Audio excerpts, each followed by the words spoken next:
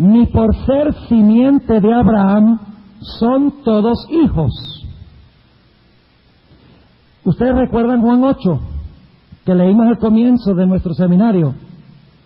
Jesús le dijo: yo sé que ustedes son simiente de ¿quién?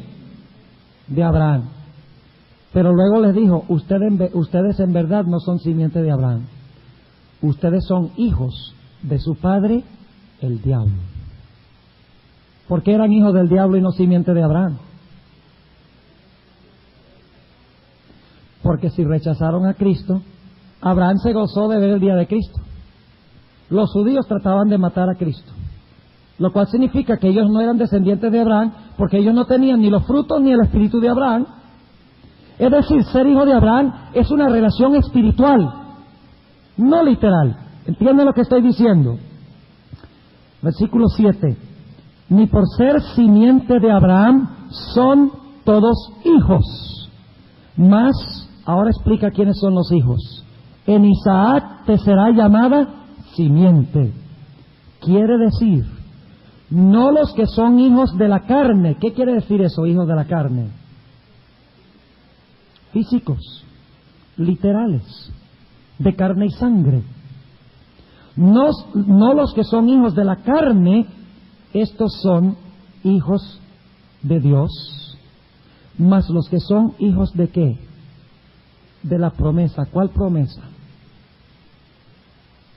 ¿Y qué prometió Dios a Abraham? Sí, pero ¿cuál era la promesa primordial que le dio? Recuerden, Gálatas 3:16 lo dice: a Abraham fueron hechas las promesas y a su simiente. No dice y a sus simientes como de muchos, sino a su simiente, la cual es Cristo. Es decir, las promesas fueron hechas ¿a quién? A Abraham. ¿Y a quién? A Cristo. Así que dice que no son los de la carne, es decir, los descendientes literales, que son hijos de Dios, mas los que son hijos de la promesa de la venida ¿de quién? Del Mesías, son contados en la generación. ¿Está claro? Ahora notemos, vamos un momentico a 2 de Corintios 1:20. Vamos a ver en quién se cumplen todas las promesas. ¿Será que alguna promesa que Dios le hizo a Abraham y a su simiente se puede cumplir sin Cristo? Entonces yo les pregunto, lo que pasó en 1948, cuando se estableció el Estado de Israel, ¿es el cumplimiento de una promesa de Dios de restaurar a Israel? No, señor. Porque fuera de Cristo no se puede cumplir ninguna promesa. Noten lo que dice 2 de Corintios 1, y vamos a leer el versículo 19 y 20. Porque el Hijo de Dios, Jesucristo, que por nosotros ha sido entre vosotros predicado, por mí y Silvano y Timoteo, no ha sido sí y no, mas ha sido sí en él. Ahora escuchen bien. Porque todas las promesas de Dios son en él, sí, y en él, amén, por nosotros a la gloria de Dios. ¿En quién son las promesas sí? ¿En quién son las promesas amén? ¿Cuántas de las promesas? Incluyendo las promesas de la tierra, de la bendición sobre todas las naciones, de una muchedumbre sin número, dominio sobre los enemigos. Dice, porque todas las promesas de Dios son en él sí. ¿En quién sí? Entonces yo les pregunto, en 1948, ¿una de las promesas de Dios fue sí? ¿Por qué no? Porque en 1948 la nación judía todavía estaba rechazando al que hace que todas las promesas sean sí. ¿Está claro? Ahora notemos algunos versículos más sobre quién toma el lugar del Israel antiguo. Vamos a Filipenses 3. Filipenses 3 y el versículo 2 y 3. Filipenses 3, 2 y 3. Fíjense qué tremendo esto. Guardaos de los perros. ¿Quiénes son los perros? Cuando en el Apocalipsis dice que los perros no van a entrar al reino de los cielos, a la santa ciudad. Pobrecitos los perritos. Entonces en el cielo no va a haber perritos. ¿A quiénes se referían los judíos como perros? A los gentiles. Ya lo leímos, ¿verdad? Mateo 15. Es decir, que los perros son los gentiles, los incircuncisos, los que están más allá de las promesas del pacto. Ahora note lo que dice Pablo. ¿Quiénes son en verdad los perros? Guardaos de los perros. Guardaos de los malos obreros. Guardaos del cortamiento. Porque nosotros somos la circuncisión, los que servimos en espíritu a Dios, y nos gloriamos en Cristo Jesús, no teniendo confianza en la carne. ¿Quiénes confiaban en la carne?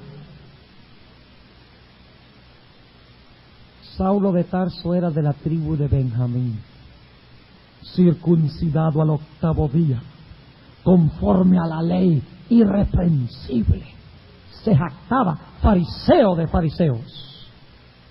¿Cómo lo consideraba Dios antes de su conversión? Perro.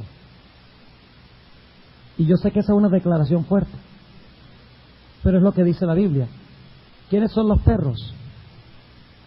Los que se jactan ¿de qué? De sus obras. Los que tienen confianza ¿en qué? En la carne. ¿Quiénes son los verdaderos hijos de Dios? ¿Quiénes son los verdaderos circuncisos? Los que en espíritu sirven a Dios. ¿Y el Espíritu Santo es el espíritu de quién? De Cristo. ¿Puede usted recibir el Espíritu Santo sin recibir a Cristo? No, porque el Espíritu Santo se recibe en el bautismo, y el bautismo es sepultura con Cristo. ¿Están viendo cómo estas personas desvían completamente el significado de las profecías? Y las hacen centradas en Israel en vez de centradas en Cristo. ¿Cuántos están entendiendo esto? ¿Es importante? Sí, porque la mayoría de las iglesias protestantes creen esta herejía que puse en el pizarrón el primer día. Ahora vamos a otro pasaje, Gálatas 3. Gálatas 3, 7 al 9. Gálatas 3, 7 al 9. Noten lo que dice. Sabéis, por tanto, que los que son de fe, ¿fe en quién? Lean el contexto. Los que son de fe, los tales son hijos de Abraham. ¿Quiénes son los hijos de Abraham? Los judíos literales. Ya Jesús ha dicho en Juan 8 que ellos son hijos del diablo. Y escuchen bien lo que voy a decir. Quiero dejar esto muy en claro. Dios ama a los judíos. Dios los ama. Pero eso no hace que la nación judía todavía sea la nación escogida de Dios. ¿Entiende lo que estoy diciendo? No somos antisemíticos ni antijudíos cuando hablamos así. Sencillamente decimos que no solo judíos, sino cualquiera que no acepta a Cristo es un perro, según la definición bíblica. Pero la nación judía ya no es la nación escogida, porque han rechazado al unigénito Hijo de Dios y no tienen fe en el Mesías. Ahora, la nación escogida de Dios es la iglesia, porque han aceptado a Cristo. Y como la iglesia es mundial, todas las profecías se cumplirán a nivel mundial. ¿Es muy complicado eso? Sencillo. Ahora, si Israel es mundial, Babilonia también debe ser ¿qué? Mundial. Y como el Éufrates es el río de Babilonia, el Éufrates debe ser, y el rey del norte debe ser un sistema, y el rey del sur debe ser un sistema. De repente se abre el panorama. Hermano, no queremos dedicar mucho tiempo a preguntas porque tenemos que cubrir el material, pero está bien. O se convierten al Señor o se condenan como todos los que no aceptan al Señor. Así de sencillo es. No hay que pensar en ellos más como el pueblo escogido. Nunca más serán el pueblo escogido. Se salvarán individuos de Israel, sí. Como individuos de los hindúes, los budistas, cualquier otro pueblo. Pero ya no son el pueblo escogido de Dios. Ya hablamos del rechazo de Israel, ¿verdad? Ya leímos muchos versículos. Ahora, noten lo que dice el versículo 7. Sabéis, por tanto, que los que son de fe, los tales son hijos de Abraham. Y viendo antes la Escritura que Dios por la fe había de justificar a los gentiles, evangelizó antes a Abraham diciendo: en ti serán benditas todas las naciones. Ahora escuchen el versículo 9. Luego, los de la fe son benditos con el creyente Abraham. Es decir, ¿Abraham fue creyente, sí o no? ¿En qué creyó? Abraham vio mi día y se gozó. ¿Quiénes son los hijos de Abraham? Pues los que creen lo que creyó Abraham. ¿Entienden? Los que tienen fe en Cristo. Son hijos de Abraham porque tienen la misma fe que tuvo Abraham. Es decir, que ser hijo de Abraham no tiene que ver con la sangre que llevo, ni la nacionalidad que tengo, ni dónde vivo. Tiene que ver con mi relación con Cristo. Si soy de Cristo, soy descendiente de Abraham, porque Abraham vio el día de Cristo y lo aceptó. Si yo acepto a Cristo, tengo la misma fe que Abraham. Y como la nación judía no tiene esa fe, no son hijos de Abraham. ¿Cuántos entienden lo que estamos diciendo? Ahora, noten lo que dice, y hay tantos textos. Vamos a Efesios. Efesios 3, 5 y 6. Efesios 3, 5 y 6.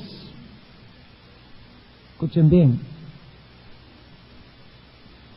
El cual misterio, este es el misterio del Evangelio, de la dispensación de la gracia, el cual misterio en los otros siglos no se dio a conocer a los hijos de los hombres, como ahora es revelado a sus santos apóstoles y profetas en el Espíritu. Que los gentiles, ahora escuchen bien, que los gentiles sean juntamente ¿qué? ¿Qué significa esa palabra juntamente? ¿Unidos con quién? Con los judíos.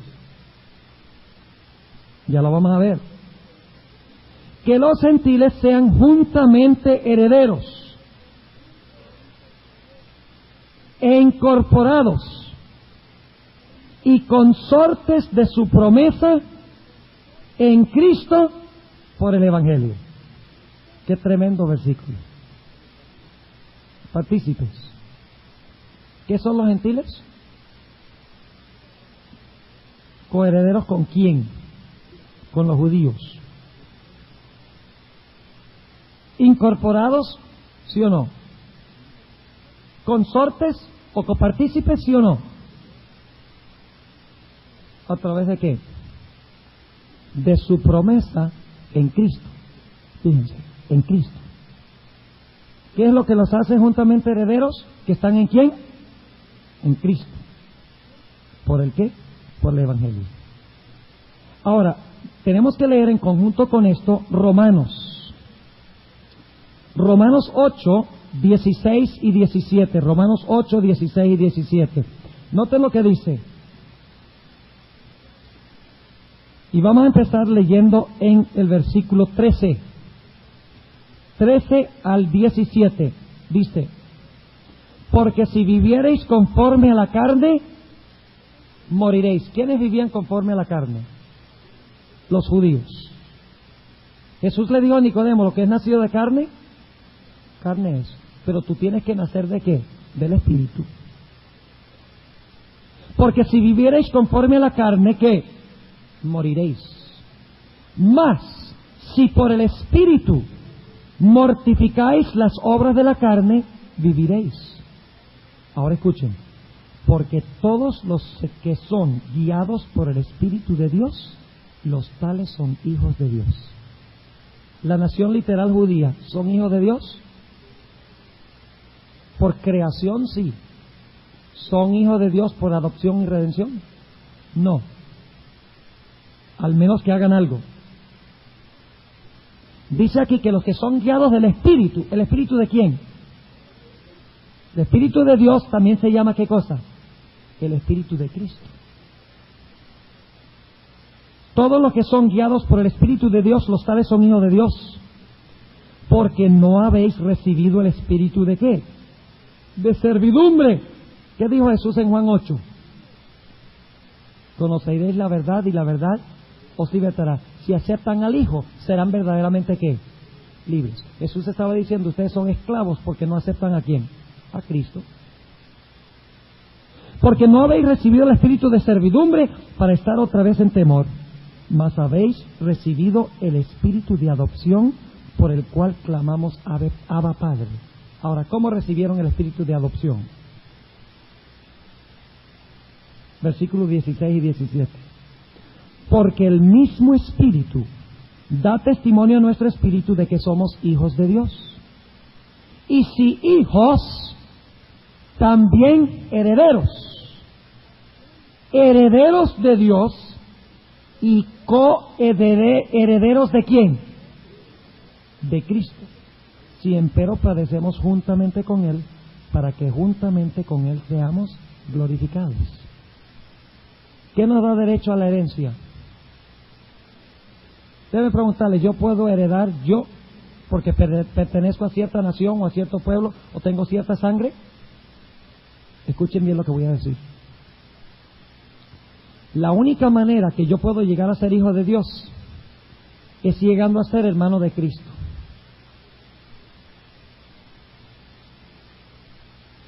Déjeme describirlo para que registre lo que estoy diciendo. ¿Jesús es el Hijo de Dios? ¿Sí? Cuando yo no he aceptado a Cristo, ¿qué soy? Hijo de ira, hijo del diablo. Ahora, ¿yo puedo ir directamente a Dios? ¿Yo puedo llegar a ser hijo de Dios directamente? No. ¿Qué tengo que hacer? Me tengo que unir con Cristo y llegar a ser hermano de Cristo. Y entonces, como soy hermano de Cristo, los dos somos hijos de Dios. Es decir, que solo los que se unen a Jesús son hijos de Dios. Por eso dice en Hebreos 2, que Él no se avergüenza de llamarnos hermanos. Qué lindo. Es decir, que la nación judía literal que rechaza a Cristo no son hermanos de Cristo y por lo tanto no son hijos de Dios por redención. Y la gente se alarma cuando uno dice eso, que yo no soy hijo de Dios y no he aceptado a Cristo. Y les digo exactamente lo que enseña la Biblia. Así que venga Cristo. Usted no se puede salvar sin Cristo y no puede heredar sin Cristo, porque las promesas fueron hechas a Cristo. Y cuando yo me uno a Él, las promesas son mías también.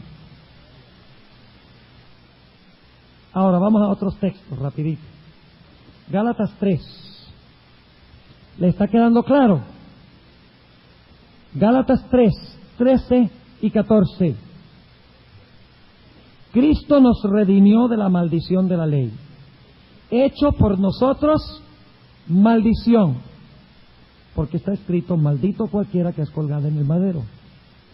Ahora, ¿por qué tomó Jesús la maldición? Fíjense, para que la bendición de Abraham fuese sobre los gentiles en Cristo Jesús, para que por la fe recibamos la promesa del Espíritu. ¿Para quién es la bendición de Abraham? ¿Solo para los judíos? Para los gentiles. Para los gentiles, dice aquí. Y para los judíos también, ¿verdad? Ahora, al final del tema de hoy vamos a hablar del árbol de Romanos 9. Un árbol muy interesante. Pero dejémoslo para después. Pues si me meto ahora no terminamos los versículos. Vamos a leer 2 o 3 versículos más.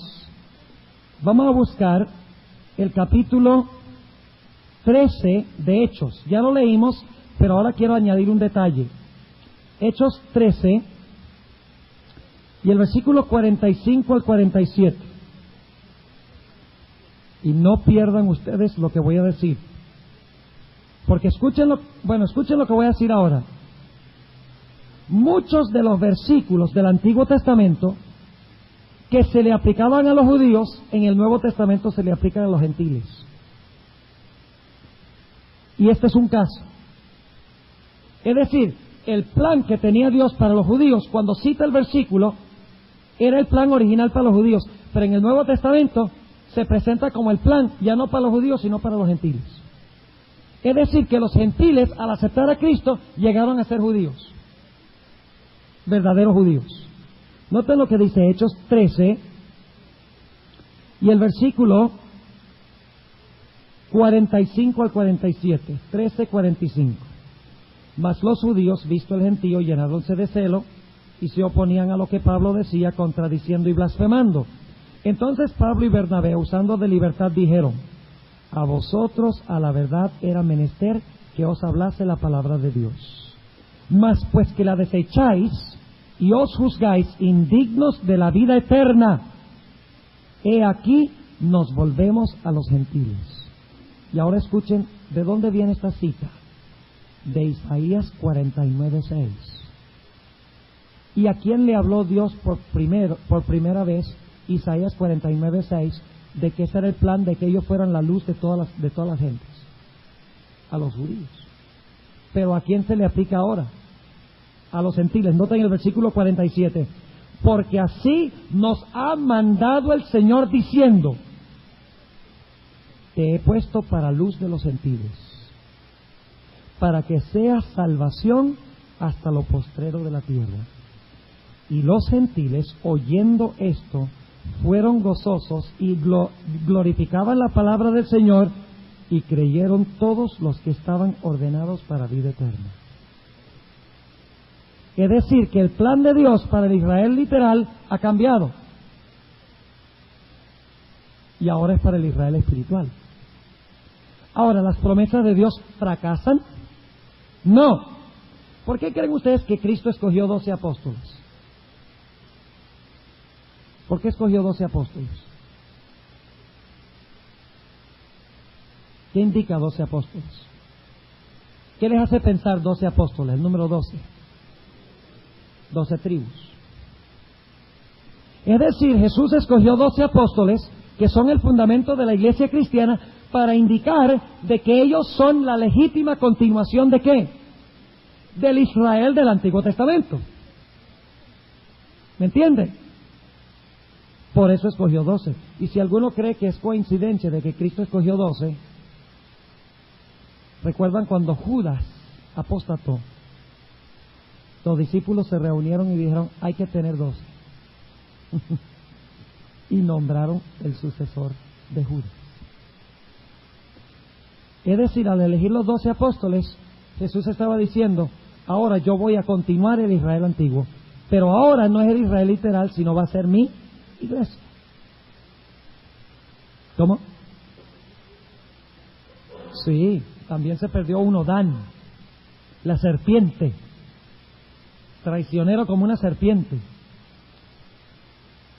Y no voy a entrar ahora en esto, pero Dan y Judas ocupan el mismo lugar, si uno mira con cuidado en las listas, el mismo lugar, y los dos se pierden y alguien los sucede en su lugar. Ahora vamos a ir un momentico, les voy a dar un versículo para que ustedes lo busquen, de otro ejemplo, a donde un versículo que en el Antiguo Testamento se le aplicaba al Israel literal, ahora se aplica al Israel espiritual. Hechos 15, 14 al 18, estúdienlo en relación con Amós 9, 11 y 12. Hechos 15, 14 al 18, conéctenlo con Amós 9, 11 y 12.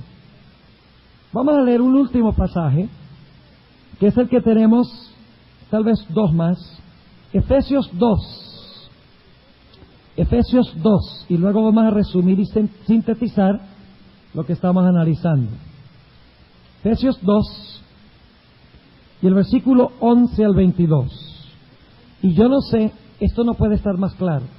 Yo no sé cómo la Biblia puede hablar más claro que lo que vamos a leer ahora. De que los judíos y los gentiles son uno. Que ya no hay dos planes. Que solo hay un plan. Los que se unen a Jesús. Fíjense lo que dice Efesios 2:11. En él digo, en quien... este es el capítulo 1. Efesios, el capítulo 2:11. Dice: por tanto, acordaos que en otro tiempo, vosotros los gentiles, ¿a quiénes está escribiendo? A los gentiles. Dice, los gentiles en la carne, que erais llamados incircuncisión, por la que se llama circuncisión. Es decir, que los judíos llamaban a los gentiles, ¿qué? Incircuncisos. La circuncisión hecha con mano en la carne, que en aquel tiempo estabais sin Cristo. ¿Cuál era el problema de los gentiles? Estabais sin Cristo, alejados de la República de Israel y extranjeros a los pactos de la promesa. Sin esperanza y sin Dios en el mundo. Mas ahora, en Cristo Jesús, vosotros que en otro tiempo estabais lejos, habéis sido hechos cercanos por la sangre de Cristo. Porque Él es nuestra paz, que de ambos hizo uno. ¿Cuáles son los ambos? De los circuncisos y los incircuncisos. ¿Hizo cuántos? Uno. Juan 10:16. Tengo otras ovejas que no son de este redil. A ellas también conviene atraer. Y habrá 2 pastores y 2 rebaños. ¿Qué dice Jesús? Habrá un pastor y un rebaño de las ovejas de este redil y del otro. Ahora, en el Antiguo Testamento había 2 rediles, pero ahora solo hay uno. Pero lo que pasa es que esta gente que interpreta la Biblia así, ellos pasan por alto el Nuevo Testamento. Ellos saltan de las profecías del Antiguo Testamento a la crisis final y pasan por alto el Nuevo Testamento. Cuando usted hace eso, entonces ellos dicen, los 2 pueblos allá son también 2 pueblos allá. Pero si ustedes ignoran el Nuevo Testamento, están botando la llave que abre el significado de las profecías, que son en Cristo. Dice el versículo 14, porque Él es nuestra paz, que de ambos hizo uno, derribando la pared intermedia de separación. ¿Quién hizo la pared de separación? Dios. ¿Ustedes creen que Dios quería que los judíos, que los gentiles se salvaran también? ¿Para qué Dios llamó a la nación judía? ¿Recuerdan que lo leímos? Para que se excluyeran como un pueblo favorito, especial, el clic de Dios. ¡No! Todas las naciones esperan preparadas para recibir al Mesías. Pero ellos pusieron una pared. Y escuchen bien. Los que tienen el método dispensacionalista de interpretar, conservan la pared. Cuando dice claramente que la pared ha sido ¿qué? Derribada. Vamos a leerlo. Versículo 15. Derrimiendo en su carne las enemistades. La ley de los mandamientos en orden a ritos. ¿Para qué era la ley ritual? Para apuntar a todos ¿a quién? A Cristo. ¿Y qué hicieron los judíos con esa ley? Se encerraron en sí mismos y se volvieron exclusivistas y conservaron eso para sí. Y dice, para edificar en sí mismo los 2 en un nuevo hombre, haciendo la paz y reconciliar por la cruz con Dios a ambos en un mismo cuerpo, matando en ella las enemistades. Y vino y anunció la paz a vosotros que estabais lejos y a los que estaban cerca. ¿Quiénes son los que estaban cerca? Los judíos. ¿Quiénes estaban lejos? Los gentiles. ¿Anunció la paz a quiénes? A los 2. Que por él, ahora escuchen esto, que por él, los unos y los otros, tenemos entrada por un mismo espíritu al Padre. No hay 2 pueblos y 2 planes. Hay un pueblo y un plan, y es a través de la cruz de Jesús. Versículo 19.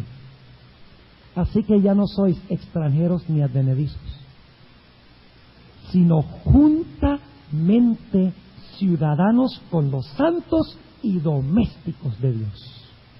Son judíos, es lo que está diciendo Pablo, edificados sobre el fundamento de los apóstoles y profetas, siendo la principal piedra del ángulo Jesucristo mismo. ¿Dónde está la clave en todo este pasaje? Jesús, en el cual, compaginado todo el edificio, va creciendo para ser un templo santo en el Señor, en el cual vosotros también sois juntamente edificados para morada de Dios en espíritu. ¿Qué es el templo hoy? Según esos últimos 3 versículos de Efesios 2, ¿qué es el templo? Dígalo más duro. El mundo, pero mencionó una palabra, la iglesia. Leámoslo de nuevo. La iglesia hoy el templo hoy es espiritual, ¿sí o no? ¿Hay que ofrecer sacrificios espirituales? ¿Hay un sacerdocio espiritual? ¿Sí o no? ¿El templo es espiritual? ¿A dónde está el templo? En todo el mundo. Vamos a leerlo, versículo 19. Edificados. ¿Qué significa esa palabra edificados? ¿Tiene que ver con qué? Con construcción. Edificados sobre el fundamento. Ah, un edificio tiene un fundamento. ¿Y cuál es el fundamento? ¿Piedras? No. El fundamento de los apóstoles y los profetas, siendo la principal piedra del ángulo Jesucristo mismo. Es decir, que este es un templo que tiene personas como fundamentos. No son fundamentos literales. Apóstoles y profetas, la piedra principal del ángulo Cristo. La piedra que los edificadores rechazaron ha sido hecha la piedra principal del ángulo. Se refiere a la construcción del templo de Salomón. Pero ahora el templo es ¿qué? La iglesia. Entonces cuando el libro de Apocalipsis dice que los impíos, y Daniel 11, dice que los impíos van a venir para tratar de destruir el templo y que el anticristo se va a sentar en el templo, quiere decir entonces que se va a sentar en un templo reconstruido allá en el monte de Sión en Palestina. ¿A dónde se va a sentar? Si el templo es la iglesia y la iglesia está en todo el mundo, ¿a dónde se va a sentar el anticristo? En la iglesia. ¿Están entendiendo? ¿Sí? Es decir, que toda la idea de que las profecías se van a realizar con un templo en Jerusalén es falso. Porque Cristo no está en ningún templo en Jerusalén, está en la iglesia, y la iglesia está en todo el mundo. Es decir, que las profecías se van a cumplir mundialmente. Cuando los apóstatas, Babilonia, en todo el mundo, va a venir contra el templo espiritual de Dios en todo el mundo, donde hay 2 o 3 reunidos en mi nombre, ahí estoy yo. Ya no vendrán a adorar a un monte, sino donde quiera que adoren en espíritu y verdad, ahí está el templo. ¿Cuántos entienden lo que estamos diciendo? Tiene repercusiones profundas esto en la interpretación profética. Ahora, sigue diciendo, versículo 21, ya hablamos de los fundamentos y la piedra principal. Dice, en el cual, o sea, en Cristo, compaginado todo el ¿qué? El edificio va creciendo para ser un templo santo en el Señor. ¿Qué es el templo entonces? El templo es la iglesia. ¿Y dónde está la iglesia? Entonces el templo es mundial. No necesita mucha inteligencia para saber eso. Ahora vamos a 1 de Pedro 2. Para que ustedes vean, 1 de Pedro es escrito a gentiles. 1 de Pedro, el capítulo 2. Y vamos a ver qué es el templo hoy. 1 de Pedro 2. Y vamos a leer empezando en el versículo 4. 1 de Pedro 2 y el versículo 4. Dice, al cual, cuando dice al cual se está refiriendo a Jesús, al cual allegándoos piedra viva, ¿alguna conexión con Efesios 2? ¿Sí? ¿Quién era la piedra principal del ángulo en Efesios 2? Cristo. Al cual allegándoos piedra viva. Es que esta no es una piedra común y corriente. Es una piedra viva. Es una piedra simbólica. Reprobada cierto por los hombres, empero elegida de Dios preciosa. Y ahora escuchen el versículo 5. Cristo es la piedra principal, los apóstoles y los profetas son el fundamento. ¿Y quiénes somos nosotros? Fíjense, vosotros también, como piedras vivas. Es decir que el templo es la iglesia y las piedras del templo son ¿quiénes? Los fieles que están edificados ¿sobre quién? Sobre el fundamento y sobre Cristo. ¿Están entendiendo? Los judíos están edificados, la nación judía está edificada sobre Cristo. Entonces no son el templo. Entonces las profecías no se van a cumplir con ellos porque los enemigos van a venir contra el templo. Y como el templo judío no es donde está Cristo, entonces van a venir contra la iglesia que está unida con Cristo. Vosotros también como piedras vivas, sed edificados en una casa espiritual. ¿Qué es la casa espiritual? Cuando la Biblia habla de la casa espiritual, ¿de qué está hablando? Vamos a ver que el mismo apóstol Pablo en el Nuevo Testamento nos explique, porque esta es la misma terminología de Efesios que leímos. Vamos a leer 1 de Timoteo 3:15 para ver qué es la casa de Dios. Porque dice que vamos a ser edificados una casa espiritual. Ahora, ¿qué es esa casa? 1 de Timoteo 3, debe ser, sí, 1 de Timoteo 3:15, estaba en segunda. 1 de Timoteo 3 y el versículo 15 dice: y si no fuere tan presto, para que sepas cómo te conviene conversar en la casa de Dios, que es la iglesia del Dios vivo. ¿Qué es la casa de Dios? ¿Qué es lo que está construyendo Cristo entonces? ¿Cuál es la piedra angular de la iglesia? La iglesia católica dice que es el Papa. Y en lugar de los apóstoles y los profetas pone la tradición. Y en lugar del Espíritu Santo en el templo, pone también al Papa. Jesús dijo, fíjense cómo hace el papado. Cristo dijo, yo me voy física y literalmente al cielo y les voy a dejar mi representante espiritual, el Espíritu Santo en la tierra. El Papa dice, no, el líder visible está en la tierra y el invisible está en el cielo.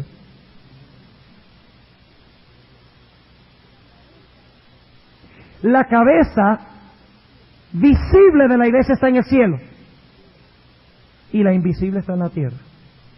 Pero el papado lo cambia y dice, no, el líder visible está en la tierra y el invisible está en el cielo.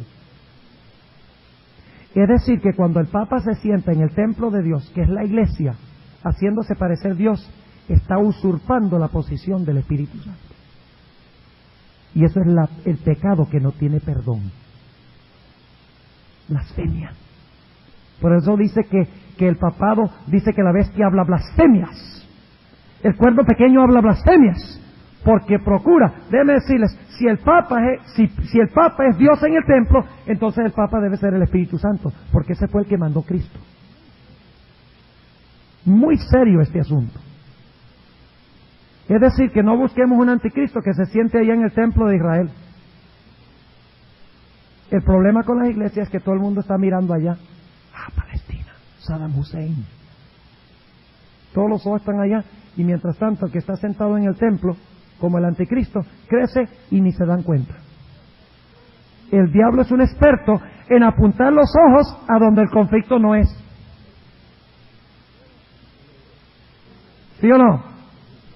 Ahora, no tenemos tiempo de estudiar segunda de Tesalonicenses 2. El que se sienta en el templo de Dios haciéndose parecer Dios. Pero déjenme mencionarles nada más un detalle. Se le llama el hijo de perdición. ¿Sí? ¿Quién es el único otro en la Biblia que se le llamó el hijo de perdición? Judas. Es decir, que el anticristo va a ser como Judas. Judas era uno que atacaba a Cristo de afuera, o era del círculo predilecto. Hasta última hora tenía engañado a todo el mundo. Los mismos discípulos. Sí, Señor. ¿Y cómo entregó a Jesús?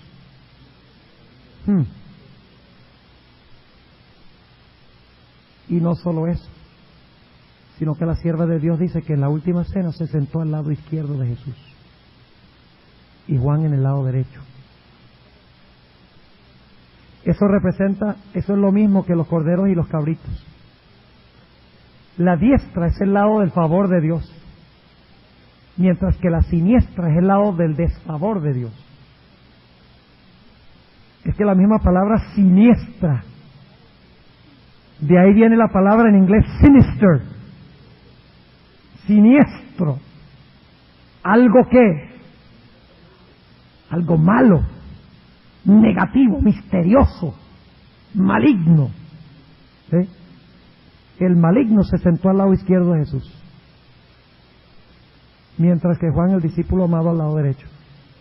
Yo tengo un tema donde comparo a Judas con el papado, igualito.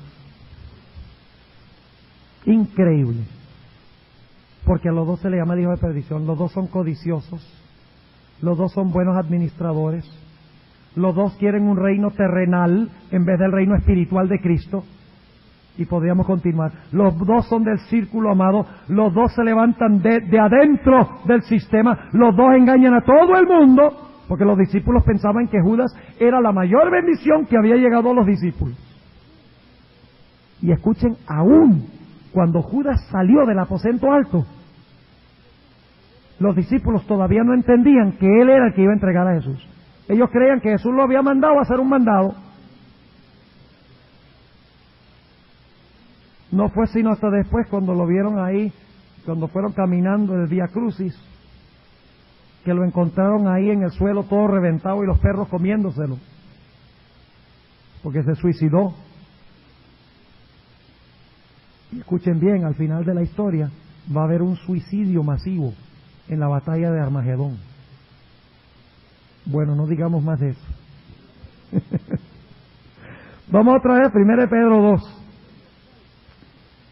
Versículo 5, vosotros también como piedras espirituales, piedras vivas, sed edificados una casa espiritual, un sacerdocio santo, para ofrecer sacrificios ¿qué? ¿Tienen que restaurarse los sacrificios literales? No, ahora los sacrificios son ¿qué? Espirituales, agradables a Dios por Jesucristo. Fíjense, siempre es por Jesucristo, en Jesucristo. Él es toda la razón de la existencia de Israel. Y si Israel lo rechaza, no tiene razón de existir como pueblo especial de Dios. Ahora, yo no estoy diciendo que la nación de Israel no tiene derecho a existir políticamente. No estamos hablando de política. No estamos hablando si tiene derecho o no tiene derecho de existir. Aunque en realidad para establecer la nación de Israel se le hizo una injusticia a los que ahora son los palestinos, porque ellos quedaron sin patria. Los expatriaron y no tienen dónde irse. Así que me parece políticamente una injusticia también. Pero esa es mi opinión. Eso nada tiene que ver con profecías, ni con espiritual, ni nada de eso. Sencillamente hablando políticamente. Versículo 6. Por lo cual también contiene la Escritura: he aquí yo pongo en Sión la piedra principal del ángulo, escogida, preciosa, y el que creyere en ella no será confundido. ¿Cuál es la clave para pertenecer al templo? Aceptar la piedra preciosa. No es ser descendiente de Abraham, ni tener sangre de Abraham en tus venas, ni vivir allá en Israel, como los davidianos. ¿Saben que los davidianos, por ahí en los años 50, se fueron por allá y que tenían que irse a Hueco? Y luego todos iban a Israel porque de allá iban a ser trasladados. Y los davidianos se desbandaron. En los años 60 los líderes dijeron: nuestro sistema, nuestra organización ha sido un engaño, clausuremos esto. Y luego me sorprendió hace unos pocos años cuando en la ciudad de Perth Amboy, en New Jersey, hubo un brote de davidianos, porque yo pensaba que los davidianos habían desaparecido. Y una noche fui allá, porque había algunos miembros que estaban mareados, fui allá a la casa de una hermana en Perth Amboy para hablar con los davidianos. Y estuvimos hasta las 3 de la mañana hablando allá. Y cuando yo les dije: mire, ustedes no saben que el sistema de ustedes fue clausurado por sus propios líderes. Ellos dijeron: sí, pero es que la profecía de Apocalipsis 10 dice que iba a haber un gran chasco y que luego, después del chasco, íbamos a tener que profetizar otra vez. ¿Cómo les parece? Yo he tenido batallas con davidianos por montones. Pastoreé una iglesia, bueno, hablemos de eso otro día. No, porque es que el tiempo, tengo que hacer un resumen. Después, si quieren, individualmente se lo cuento. De un huequito que hubo que poner en la puerta de la iglesia. Porque venían, bueno. Ya, ¿para qué? Ya se los cuento, ¿verdad? Yo pastoreé una iglesia en Wyoming, a donde había un huequito en la puerta, como una ventanita. Y primera vez en mi vida que yo he visto una puerta de una iglesia que tiene una ventanita, como para ver quién llega. Y le pregunté a los hermanos, les dije: bueno, ¿y esa ventanita qué es? Y dicen: bueno, es que nosotros hace algunos años acá teníamos problemas terribles con los davidianos, que ellos venían a la iglesia el sábado en la mañana y se forzaban dentro de la iglesia a repartirle a los miembros literatura, a causar desorden y a tratar de predicar mientras el pastor estaba predicando. Entonces nosotros le pusimos una ventanita a la puerta y poníamos al anciano en la mañana allí a mirar por la ventanita. Y cuando él veía venir a un miembro, abría la puerta y lo dejaba entrar. Y cuando veía a los davidianos, le mantenía la puerta trancada. Y eso es interesante, los davidianos trabajan con los de adentro, no con los de afuera. Esa es una característica de un movimiento subversivo. Trabajan con los de adentro y no los de afuera. El Señor Jesucristo nos mandó a trabajar con los de afuera. ¿Sí, hermana? ¿Cómo saben que son ellos? ¿Cómo saben que vienen a visitarlos los mormones? De la misma manera. Generalmente van bien vestidos, los que yo conozco por lo menos, van bien vestidos. Generalmente llegan, y ustedes pueden darse cuenta por los comentarios que hacen, de que en la escuela sabática, la lección de la escuela sabática, uno se da cuenta, porque en la iglesia de Trenton, donde yo era miembro antes de irme a Texas, también llegaban unos davidianos.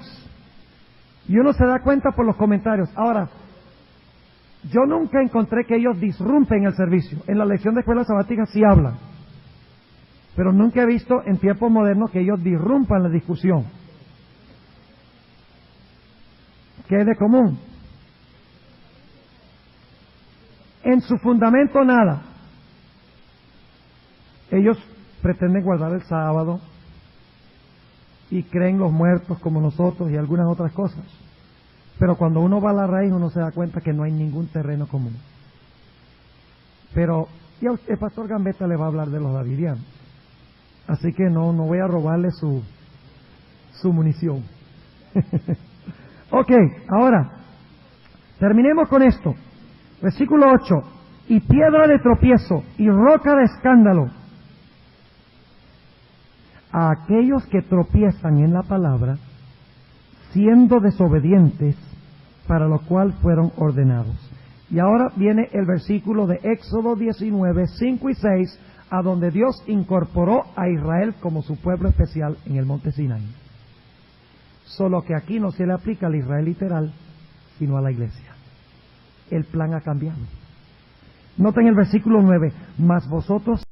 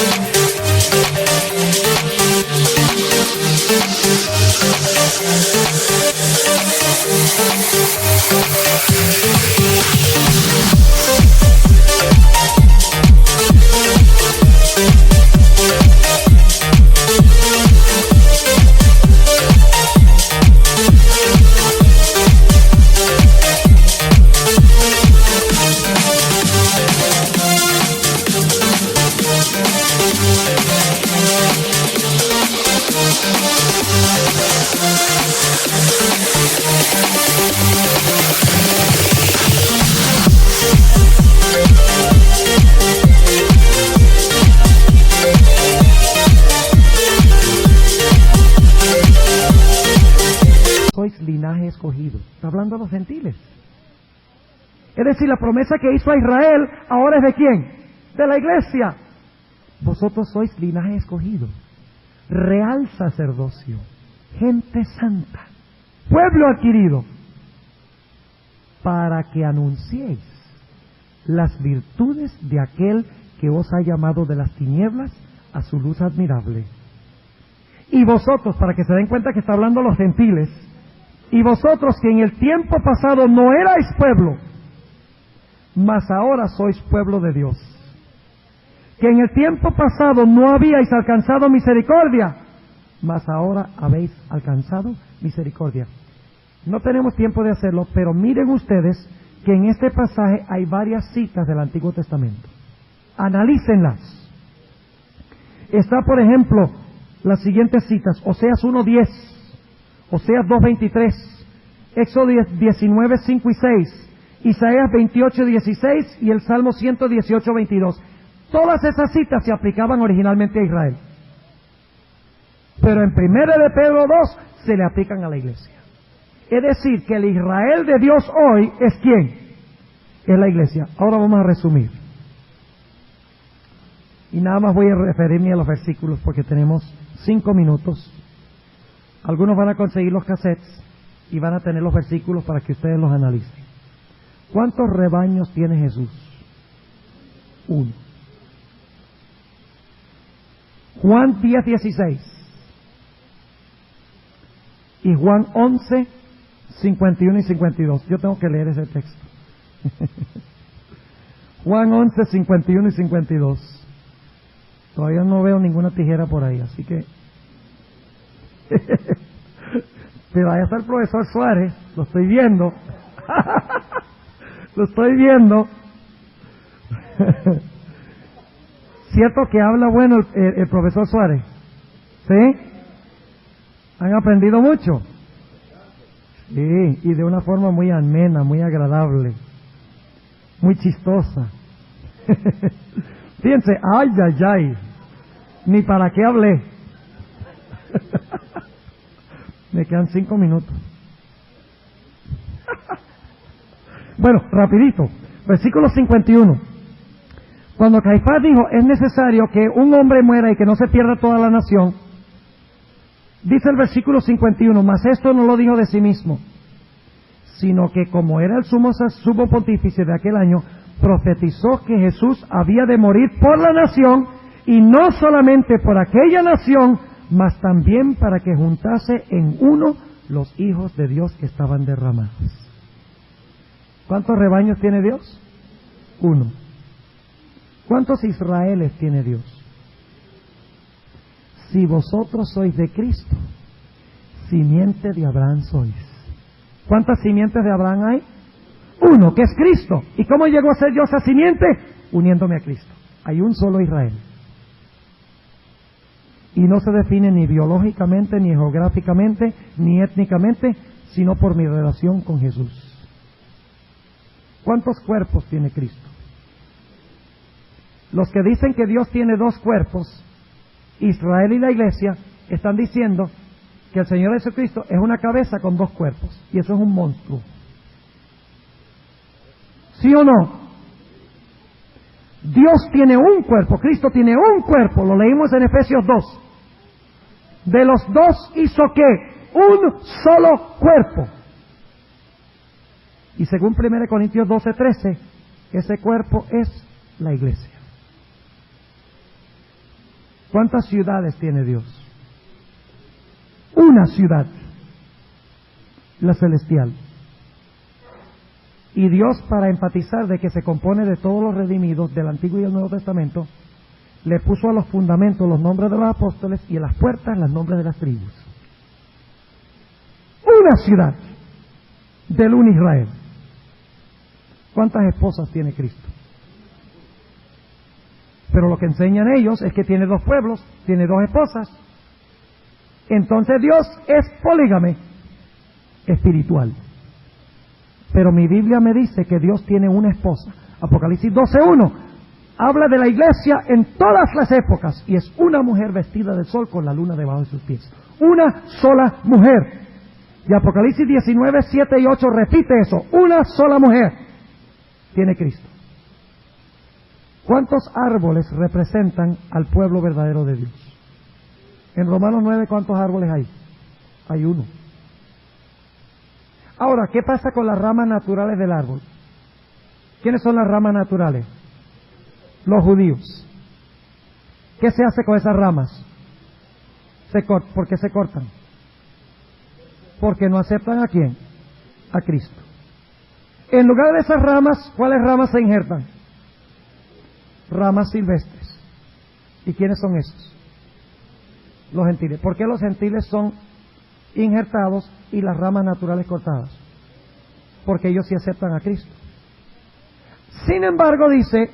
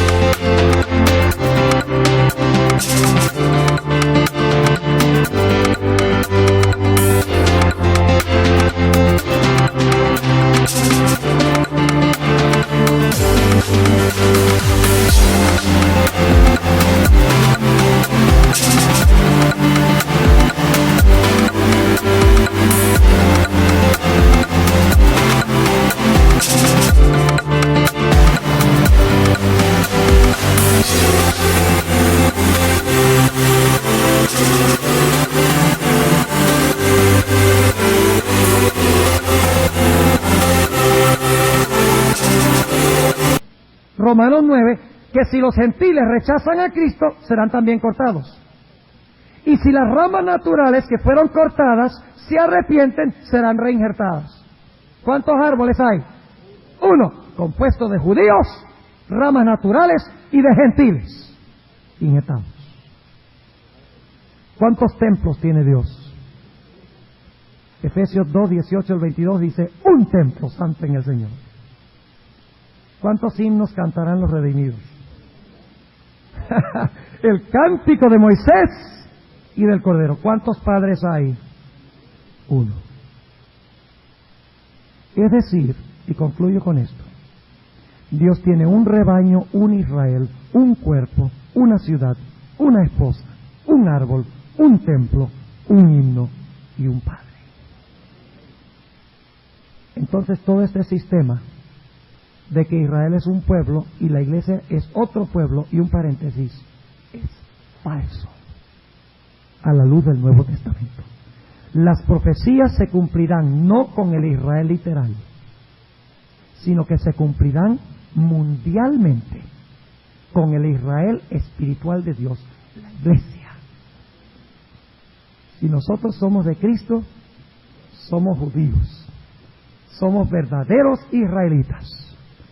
Si no estamos unidos con Cristo, no importa de qué nación seamos, no somos judíos.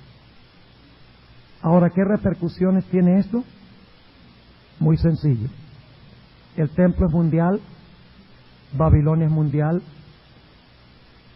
Israel es mundial, Jerusalén es mundial, el Éufrates es mundial, la ramera es mundial, el rey del norte es mundial, el rey del sur es mundial, y todos son simbólicos espirituales. Es decir, que las profecías hay que entenderlas mundialmente y espiritualmente. No allá en Israel. Quiten sus ojos de allá, que allá no está pasando nada profético. Lo que está pasando proféticamente es mundial, en el templo espiritual de Dios. Oremos. Padre Celestial, te damos gracias porque nos has revelado la llave que abre las profecías de que tu Israel es espiritual y mundial, y las profecías no se cumplirán con el Israel literal, sino con el Israel espiritual a nivel mundial. Ayúdanos a estar listos, Señor, y ayúdanos para que podamos ayudar a otros que están en este engaño, para que ellos puedan tener la verdadera esperanza. Cristo Jesús, te lo pedimos en su nombre.